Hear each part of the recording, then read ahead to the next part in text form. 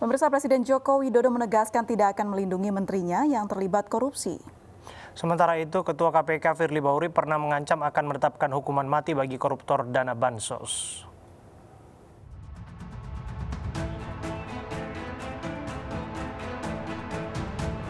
Ditetapkannya Menteri Sosial Juliari Batubara sebagai tersangka kasus dugaan suap dana bansos COVID-19 merupakan pukulan telak untuk pemerintah.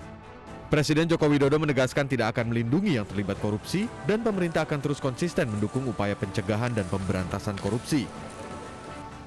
Saya tidak akan melindungi yang terlibat korupsi dan kita semuanya percaya KPK bekerja secara transparan, secara terbuka, bekerja secara baik, profesional, dan pemerintah akan terus konsisten mendukung upaya pencegahan dan pemberantasan.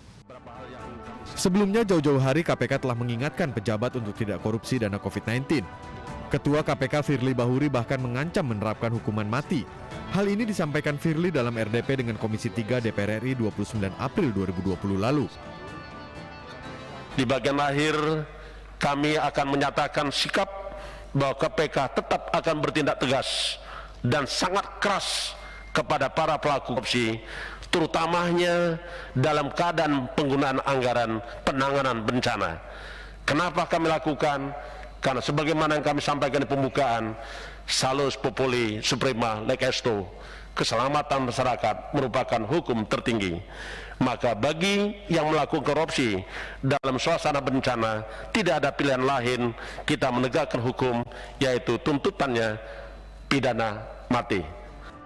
Menurut Firly, KPK akan berpedoman pada Undang-Undang Nomor 31 Tahun 1999 tentang pemberantasan tindak pidana korupsi, di mana dalam pasal 2 ayat 1 disebut setiap orang yang melawan hukum melakukan perbuatan memperkaya diri, orang lain atau suatu korporasi dan merugikan keuangan negara, dipidana penjara paling singkat 4 tahun dan paling lama 20 tahun, dan denda paling rendah 200 juta dan paling banyak 1 miliar rupiah. Dan pada pasal 2 ayat 2 dalam hal tindak pidana korupsi sebagaimana dimaksud dalam ayat 1 dilakukan dalam keadaan tertentu, pidana mati dapat dijatuhkan.